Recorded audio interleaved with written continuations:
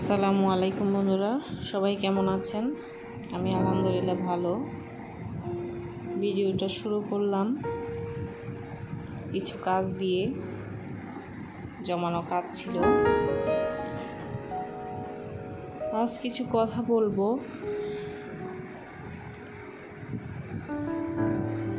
যেটা আমাদের সম্পর্ক নিয়ে, যারা প্রায় অশান্তিতে আছেন, লেখাটি তাদের জন্য।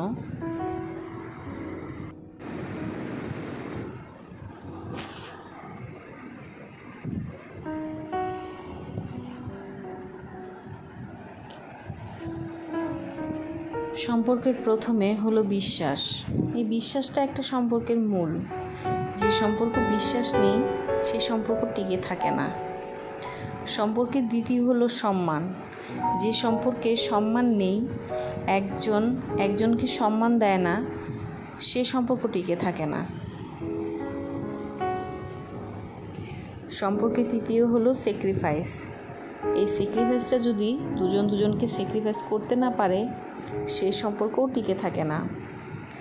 সম্পর্কের মধ্যে তৃতীয় ব্যক্তি মানুষকে সুযোগ দিবেন না, তাহলে ওই সম্পর্ক টিকে থাকবে না। এবার আসি মূল কথায়। একটা সম্পর্কের মধ্যে উপরের 4টি কথা খুবই গুরুত্বপূর্ণ। বিবাহিত জীবনে শুরু করা খুব কষ্টকর যদি আপনি উপরের 3টি কথা মানতে না পারেন। বিবাহিত জীবনে নানা সমস্যা হবে, সব কিছুকে দোষ ভেবে আলাদা হয়ে যাবেন না। দোষ কোথায় সেটা খোঁজার চেষ্টা করবেন, দেখবেন নিজেই সমস্যার সমাধান করতে পারবেন। আপনি জানেন আপনার দোষ, তারপরেও আপনি চুপ থাকেন, দেখবেন অনেক সহজ হয়ে গেছে সব কিছু।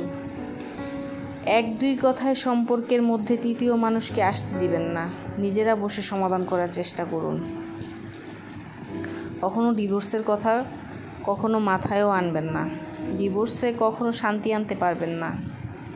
আপনি মনে করেন যে ডিভোর্স দিলে হয়তো আমি মুক্তি পেয়ে যাব, আসলে তা কখনো হয় না।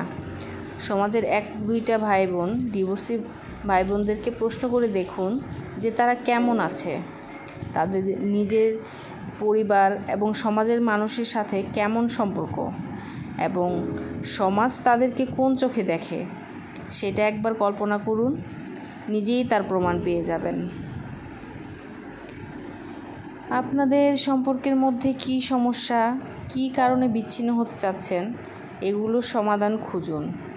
এই বিষয়গুলো ত্যাগ করতে চেষ্টা করুন, দেখবেন সমাধান আপনার হাতেই।